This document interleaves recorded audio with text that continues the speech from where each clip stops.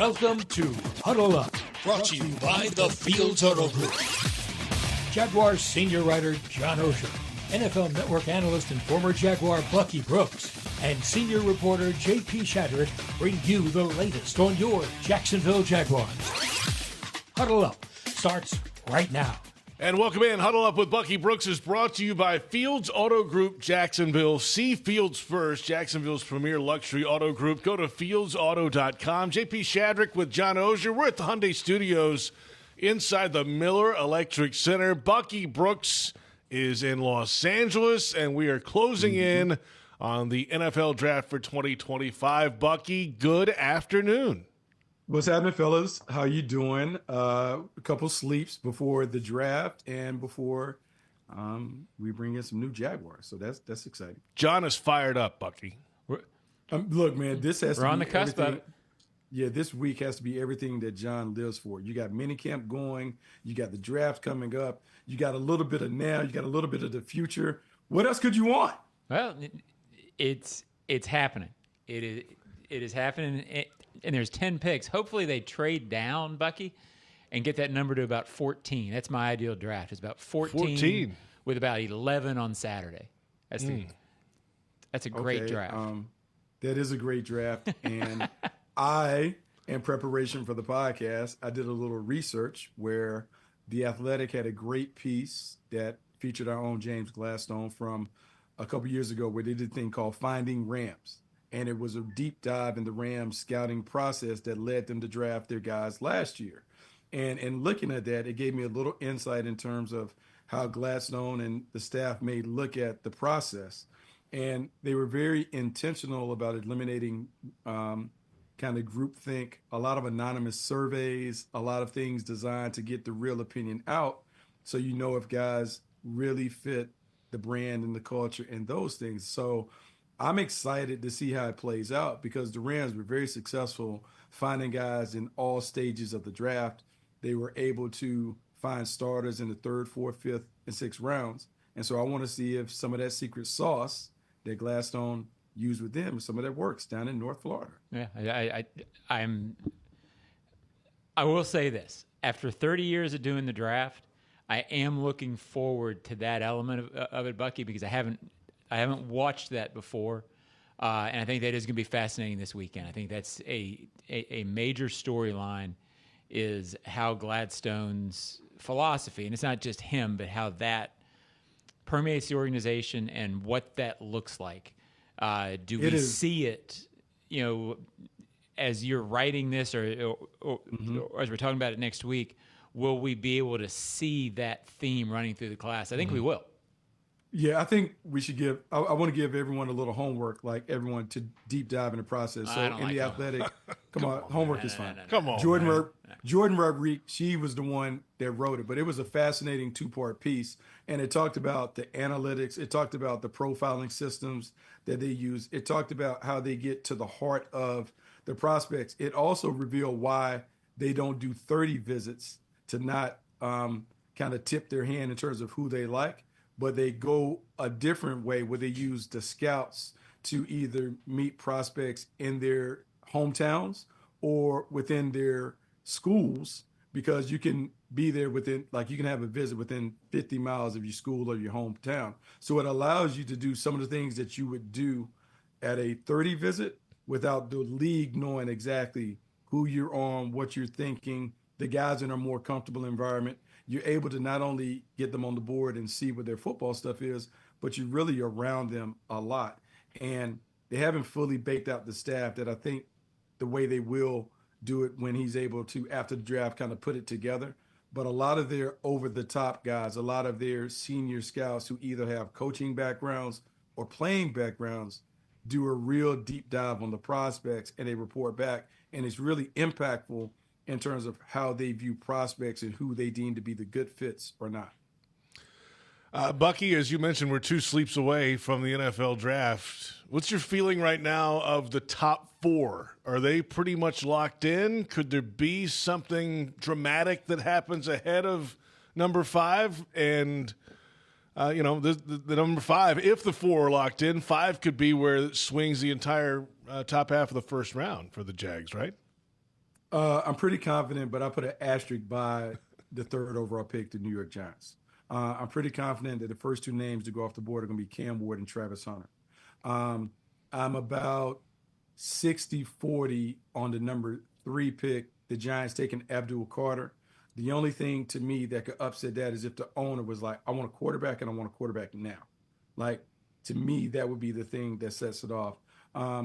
Patriots at 4, I feel pretty good that, like, unless something happens where if Shador Sanders or the second quarterback goes at 3, then they probably would flip and take Abdul Carter at 4. If not, Will Campbell appears to be the guy.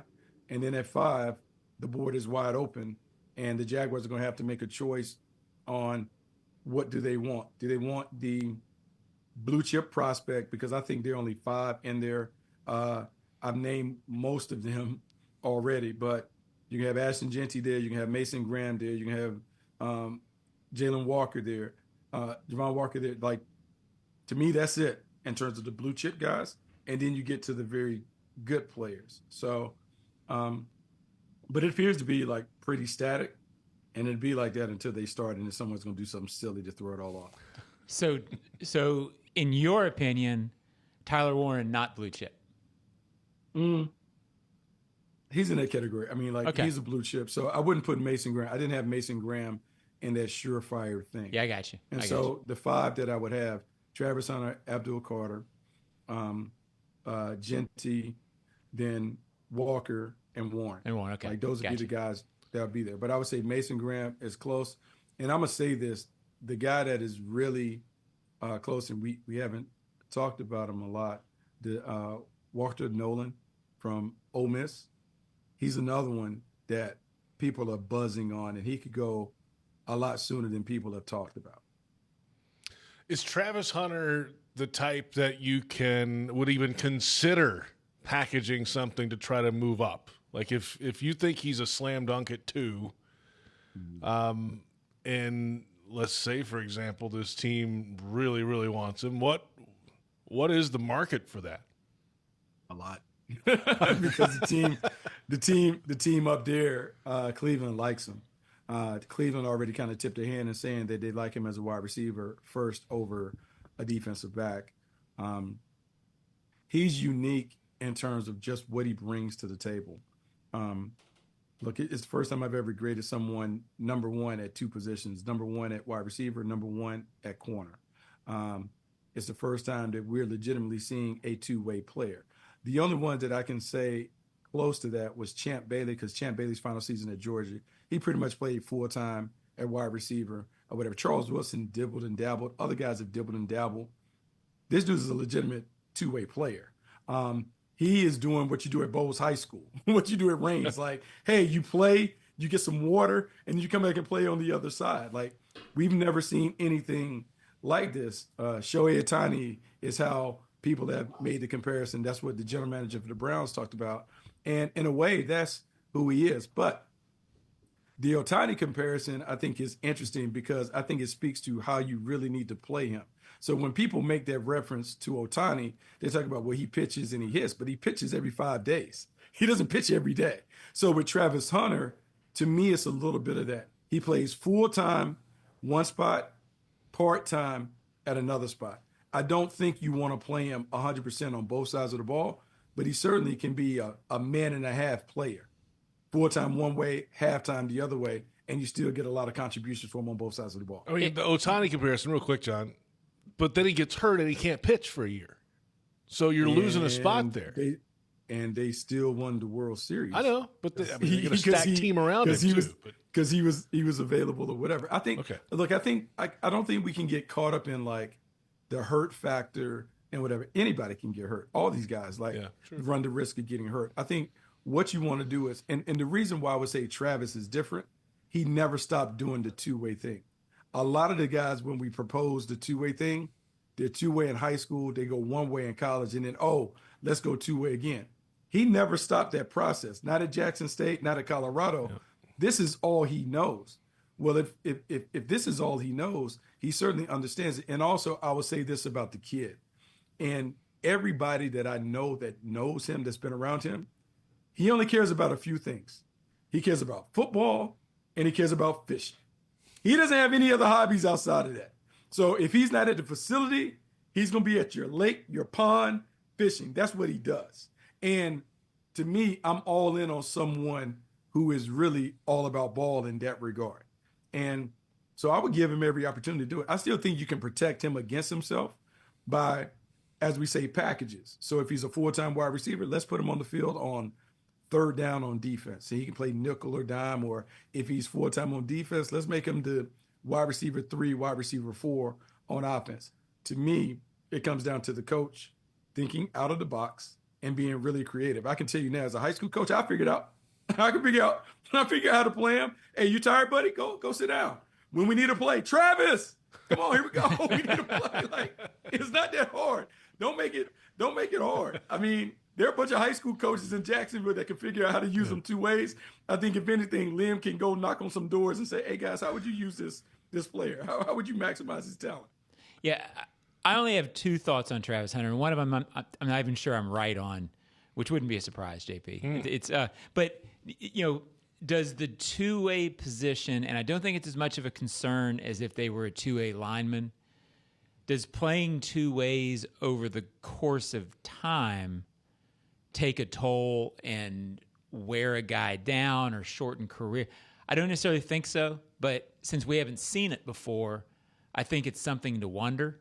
But as far as the Otani thing, I think that's a key thing because for years people sort of went along and assumed, you know, I was a baseball fan growing up. I'm not really now. But if you told me 5 years ago, could somebody do this, or before he came on the radar 10 years ago, JP, you're a baseball guy. Everybody in baseball would have said, no way. Like, you wouldn't have even written that down as a possibility. And now this guy's, from what I understand, the best at both, right? Like he's, is that maybe what we're looking at to where you have to back up and say, hey, John, just because you thought 5 years ago this could never happen, maybe he can go and play all play. Like, you have to sometimes back up from thinking, and maybe all this previous thinking is wrong. Well, as the resident Dodger fan on the podcast, I can tell you that Otani has been able to do it. But I would say that even then, there's been some conversation about Otani, like, hey, rather than use him as a starter, why not use him out of the bullpen? Like, why not preserve him a little bit? So, hey, we're getting the 2-way thing, but let's see if we can do it in a smarter way. Let's make him a middle reliever. Let's make him a closer. Let's use him differently than, hey, we need to give you the ball and you can go 5 or 6 innings. There are different ways to do it. I think with Travis Hunter, at a time now where we have all the GPS, the testing, we have all the data, you can actually look at how much his workload was during the week, during the game, and then tailor his practice time during the week to make sure that he's fresh. There are so many different ways and so many advancements when it comes to the data tracking and all of that. I think is the best time now to be able to take a player like that. And also understand this, the college game operates at a much faster clip than the pro game. I think on offense in the college game, they're getting up to 80, 90 snaps some games. The pro game at the top of the ladder, you're talking about maybe 75 offensive snaps. Most teams settle in at 60 to 64. Well, I mean, we're almost cutting his load by a third just in changing the game. And then if you carefully pick and choose when you utilize him and those things, there are ways to do it, and there's ways to maximize it. I'm just fascinated. I know he would create not only buzz in the stands, but when you have one as special as he is and the plays that he has made throughout his time at Jackson State in Colorado, man, why wouldn't you want to tap into it? Think about the number of snaps here that he played last season. 1,552 total snaps last year, 753 on offense, 776 on defense.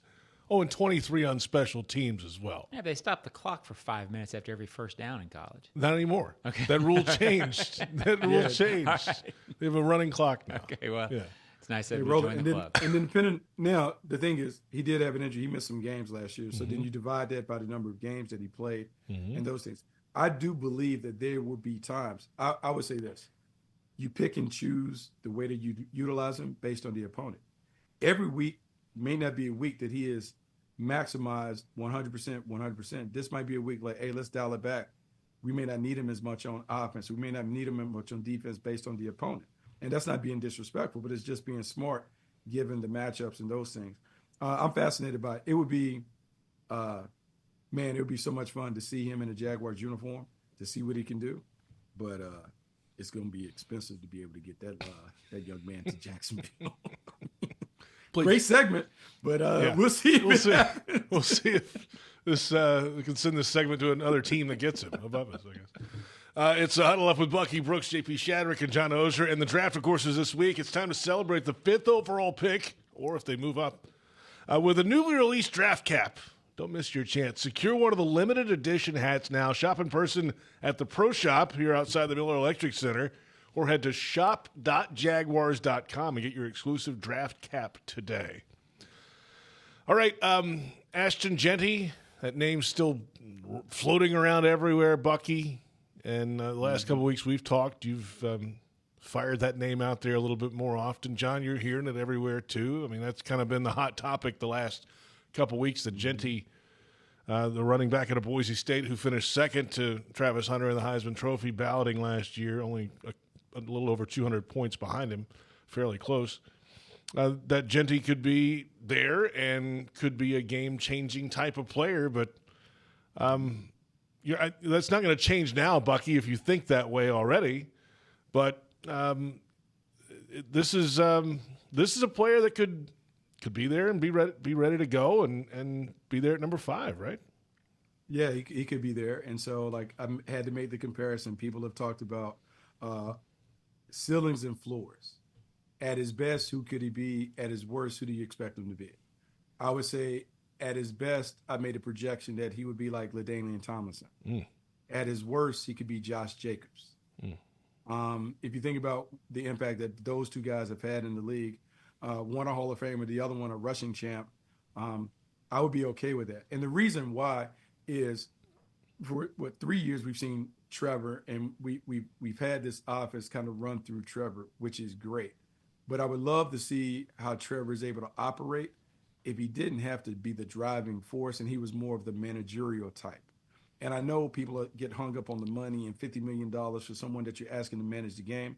No, but you're paying him the money because with your franchise quarterback, their belief is not that he has to do it for all 17 games, is that he needs to be special for 5 to 6 games. Well, if we can lighten the load and have someone else that can take some of that burden off of him in terms of having to be great each week, it really opens it up for everybody else.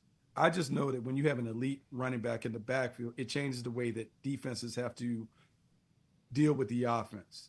And if we want Brian Thomas Jr. to continue to have explosive plays down the field, if we want to see what Brenton Strange can do, if we want to see what some of these other playmakers can do, when you put an elite running back in the backfield, now you get more one-on-one opportunities, more deep balls, more explosive plays, and you have an opportunity to control the clock. And if we start following the breadcrumbs in terms of Liam Cohen and where he came from and the centers of influence, the Rams were at their best when Todd Gurley was Offensive Player of the Year. When Todd Gurley was the Offensive Player of the Year, it allowed Jared Goff to look like and play like a Pro Bowl player. So to me, it's not a diss to Trevor or anybody else, but by bringing in another talented player, it actually may unlock some of the things that we haven't seen from the quarterback. Yeah, I may have said this on this show before, but I'm absolutely, JP, we talk football enough. I'm of the school of thought, not a running back in the first round guy. But that's a philosophy, but you can't get tied into, well, I believe this. And so when the pick is there, if Ashton Genty is that much better and you think say it's Mason Graham and Ashton Genty, theoretically, I would definitely take the defensive tackle if he's dominant out of those two. I would take the offensive lineman if I thought he was, a 10, whatever your grading system is. If he's a 10 and Genty's a 10, I take the lineman over that. But if he's not, or if you're talking about where can I get more special on the roster? To me right now, you've got Brian Thomas Jr. who's special. I think Trayvon Walker's got that trait. I think Josh Hines-Allen is there at times. After that, where's the Hall of Famer on the right? Adding that, I always go back to the Eagles game last year. The Jaguars and Eagles weren't that much different that day, except Saquon Barkley was a Hall of Fame talent, and Devontae Smith, I think it was, on that play looked like that to me. Those two plays made the difference in that game. I didn't see every Eagles game, but I'm guessing that happened a lot, and they're going to be wearing rings in May. So if it's a chance, Buck, sometimes people get locked into this. Well, we need a defensive tackle at this spot. Well, who's the defensive tackle? And you don't take a running back at this spot. Well, who's the running back? So I think you have to remember you're drafting people and what's going to happen on Sundays. And I get that the career longevity might not be as long for running back, but I also go back outside Baselli. How often has this franchise drafted a guy in the first round and he's given you 6 or 7 MVP type years? It's happened. Yeah. But, if the running back gives you that, are you complaining? If he's Derrick Henry, are you complaining? So that's my thought on it. Yeah, so a few different things. Talent trumps trends. So if the guy is talented, you don't worry about the trends of, we can get someone later or whatever. Also, there's a difference. I think when we talk about, the talent has to match up, but there is a difference between taking a Fred Taylor and a Greg Jones, right? Because the rounds are different. There's a difference when you saw Fred Taylor show up immediately. First snap, he goes to the house. You're like, that looks different. Yeah. That's what we're talking about when we're doing it. And so it's important that when we're talking about the running back, particularly at 5, he has to show that he has elite traits, and he can be a guy that you can close your eyes and within the first 2 or 3 years of his existence in the league, he is a top 2 or 3 player. To me, Genty shows that. The other thing is on a bigger level, you want to be great on one side of the ball. That's the easiest way to kind of close the gap on your division rivals and do it. So if we look at the way the team is presently constructed, the closest way to get great is to focus on the offense as opposed to the defense.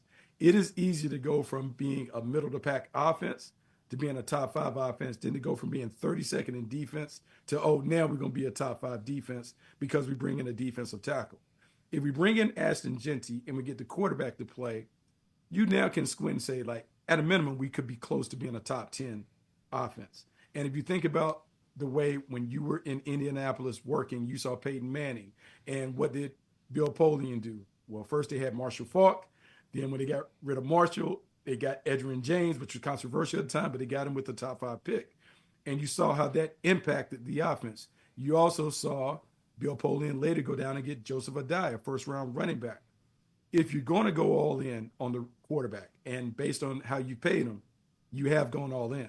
Well, now you got to make sure that you build up that side of the ball, make sure you have talent on that side of the ball, you invest in that side of the ball, and then on defense, you invest in pass rushers, and you got to figure out a way for the coaches to develop the later round picks to do it, because all of the money is going to go to offense and then your pass rushers. And to me, I think that's where we're going as opposed to the way that we were trying to build a squad. Yeah, just to clarify that, Bill's philosophy on that, and it's what sort of built those Colts teams into the Colts teams that Jaguars fans saw for 10 years.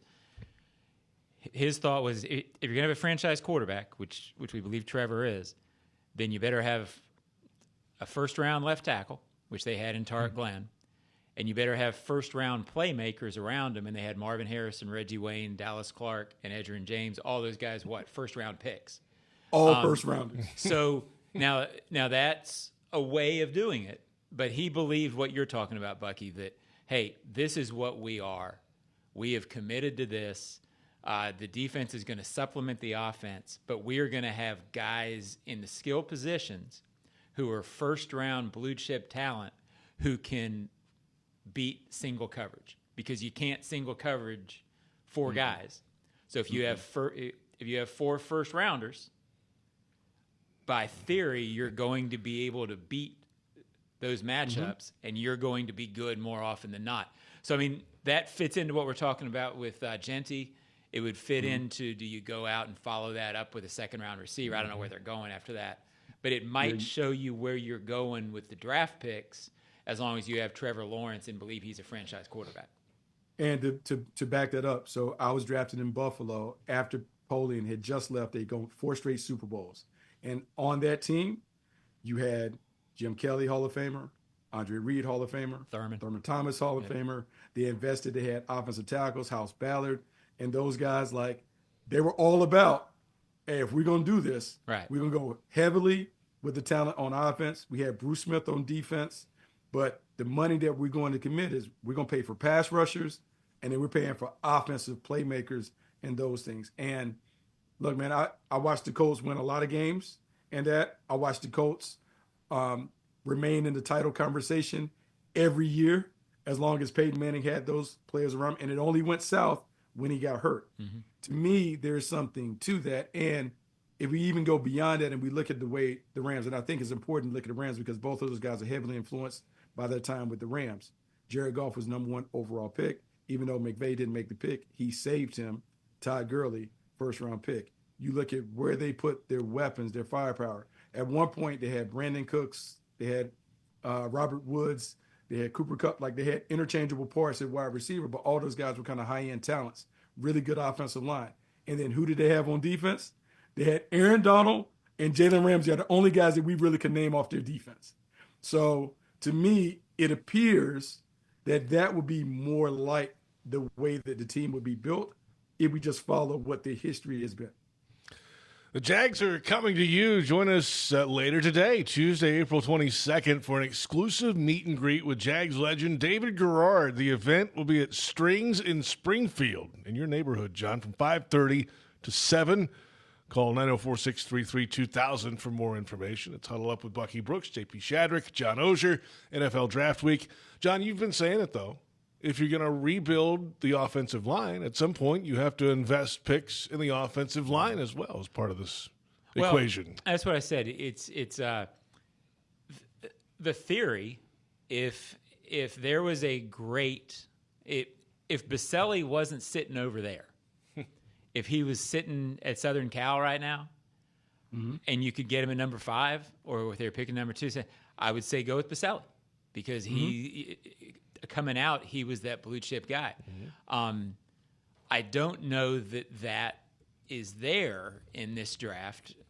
All respect to Will Campbell, maybe he'll turn out to be that, but I don't know that he's the dead solid lock. No, in that. So I think again, most people would say, Bucky, that Genty is a better prospect. I never hear anybody talk about Will Campbell being in that top 4 or 5.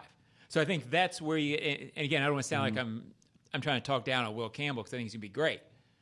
But if you're trying to figure that out in this conversation, so many ozone questions I get are, why don't they take a offensive tackle? Well, a offensive tackle isn't Tony Baselli. So, or that level of player. If that level of player was there, I think they would definitely take an offensive lineman because I'm fully into what JP just said. At some point, if you're going to be line-centric, you have to start drafting those guys high. But wishing that there was somebody there like that doesn't make it so. No disrespect to a fellow legend, Luke Jokel, but we've seen that happen when you take someone who it doesn't match up. In terms of like, oh, we're the second overall pick. We need to take a tackle. Let's take him. Then you get him. He's disappointing. That's why the emphasis has to be on the talent. How talented is the player? Does the player have what we call like gold jacket potential? Like Tony Baselli is the perfect embodiment of what a top pick is supposed to look like. He is supposed to look like a Hall of Fame player, and it should be very evident when they show up. When we're looking at, and I say this, and I'm being extremely like I want to be respectful to scouts and those things, but I'm be honest with you, like, hey, it ain't that hard. When you're looking at the player on Saturdays and they pop and they're dominating college football, those are the guys that you want. I want a dominant player that I can see it. It's Malcolm Gladwell's book, Blink. It should happen right away. I shouldn't have to look at 8 games and like, oh, well, maybe he can. It should pop right away. That's what we're talking about at number 5. And let's think about Jalen Ramsey, because I think Jalen was the last number 5 pick that we had. Jalen Ramsey First lived day up to those things. First day you knew. That is how it needs to be. I don't want to have to take long to figure out, oh, we got one. He's a good player. That's how easy it should be. And I will say this before we move on. We talked a lot about Ashton Jeanty and the running back. I do wonder whether it's at 5 or whether it's a trade back and move back and maybe get a playmaker, another wide receiver opposite Brian Thomas Jr. And the only reason I'll say this is if we're thinking about Trevor, because you want to keep Trevor in mind. If you go back and you look at Trevor's best years at Clemson, he had big body wide receivers that expanded the strike zone, that could take the ball off the rim. It was Justin Ross and T. Higgins. We didn't get T. Higgins in the offseason, but if you're thinking about how can we help this passing game go, how can we help Trevor, maybe it's making sure that after a couple of years of having smaller guys on the perimeter, and I love Christian Kirk, maybe we go get bigger guys and help him kind of be able to do the things that he did at Clemson. To that end, what's your thought on McMillan, the Arizona wide receiver? You know, it's funny, right? Because I've gone up and down on Ted McMillan, having known him because he's from Southern California, having coached him at events. He is one of the more talented players that we found. He's a volleyball player in high school. Everything is very easy to him, just natural. 6'4". When you watch the highlight reel, the catches, like he is a ball catcher. Much like Brian Thomas Jr. is a ball catcher where you can look in the game, you're like, how in the world did he make that catch? Well, that's Ted McMillan. The thing that you worry about or that you just wonder doesn't play with the urgency that some would play. Can he get off press and refine the routes and those things? I've been argued down, but I've said, like, I looked at Mike Evans in Tampa for a decade, post 1,000-yard seasons because he's bigger and stronger and faster than everybody. Why can't Ted McMillan be that player?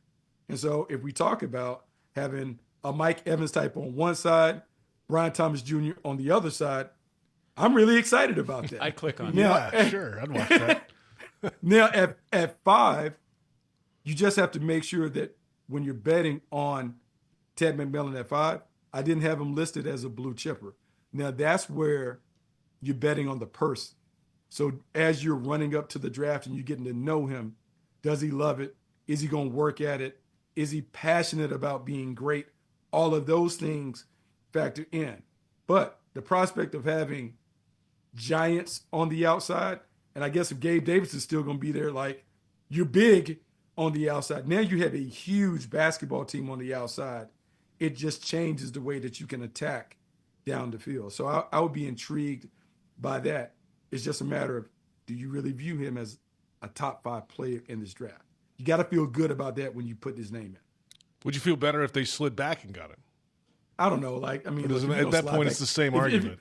Yeah, you might as well just take him. If you want him, get him. You just have to own it. If you like him, you take him, and you're willing to stand in amid the criticism that may come. Like, man, I didn't see him. I didn't have him in my. Originally, though, if you go back to all the way back, because I think it's important that you go back and read what was written in January. In January, Ted McMillan was viewed as that. Mm-hmm. Now, somewhere along the way, it got lost, and then we don't talk about him. But at the end of the collegiate season, we talked about Ted McMillan being the number 1 wide receiver in the class. That was the consensus. It wasn't until after the combine and all that, Matthew Golden and it was always Ted McMillan as the number 1 receiver in the class. Those opinions that are typically done right after the college football season are the ones that typically are the closest to being true. Yeah, and it's a GM once told me, don't trade back if it's going to hurt you to lose the guy. Like, if you're going to be driving home that night with a feeling in the pit of your stomach, if you lose him. And, when the Colts drafted Freeny in 2002, I probably told you this story before, Tony Dungy and Bill Polian were working out in the morning. They loved Freeny, but they knew they were going to get heat for taking what at the time was an undersized outside pass rusher. And they were picking 11th. Everybody said, hey, if they're picking 18th, fine.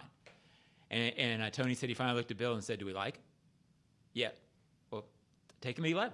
And, the rest is history. Yeah. He's wearing a gold J. Sure. So that is sort of what Bucky was saying. If you like the guy, don't trade back 5 picks and get a guy you don't like. And let me say this. When they took Dwight Freeny, it was controversial because Dwight Freeny was not prototypical size. Not at all. He had a herky-jerky, unorthodox game. Because remember, that was the same I didn't like the pick.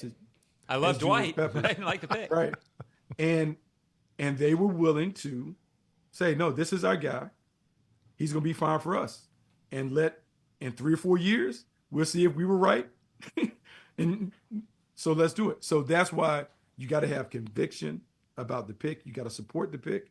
And then whatever it is, it is. And so if the Jaguars feel that strongly about Ted McMillan or another player being the choice, you go after it. I will say this, because this just came across social media. I guess Adam Schefter said today that Mason Graham is not going to be the pick for the Jags. I guess he said it on ESPN today. Okay. So, But one final thought on Dwight, Bucky. Sources, and Bucky, I like this story. I wasn't sure in OTAs about Dwight. First game when that big behind started spinning around on the outside, you knew. And so that trait didn't show up during OTAs and all that, but once he started spinning, well, okay. Yeah. Pretty good pick. I mean, he's gonna make it. Yeah. I mean, that's how it goes. And so we hope that whoever we take at 5, it clicks real quickly like, oh yeah, we good. We feel great about that. Busy. Well, a story about Lageman too. I mean, Yeah. This is Jeff's story more than mine, but with Baselli, back to them, I'm talking about things when first practice, whatever they were called back then, unpadded, whatever. Prisco went up to Lageman afterwards. He had gone against Baselli. And Jeff was like, yeah, that's a good pick.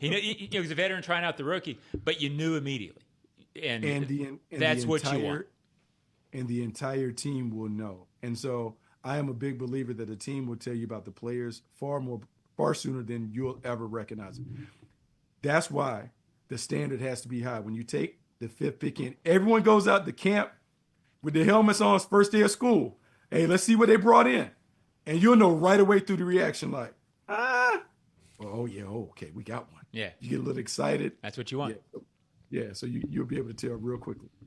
Busy schedule at Daly's Place. They've added a Shania Twain show, John. Oh, boy. There's 2 of them now. July 29th and 30th, back-to-back nights of Shania.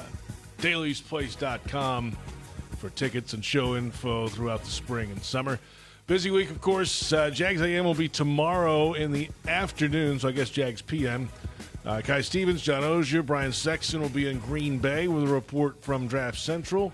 Bucky, I'm sure you're busy this week. What do you got going on?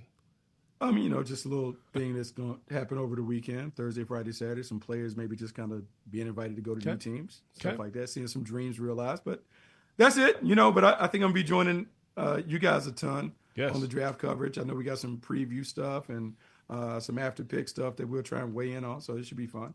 I'm excited, man. I'm excited to see what the new era really looks like. Like we talk about Liam and James, but also Tony's influence. I'm excited to see this team kind of get back on track and see if we can have an exciting squad one in 2025. We're about to find out here shortly, Thursday. The first draft round kicks off at 8, whether we like it or not. It's going to be here. Bucky, we'll talk to you later in the week then.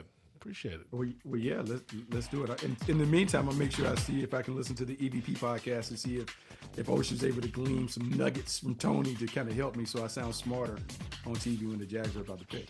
You do that. There's going to be some nuggets out of there for sure. That's Bucky Brooks, John Oehser. I'm J.P. Shadrick. Our thanks to Brent Reber, and thanks to you for watching and listening to Huddle Up with Bucky Brooks.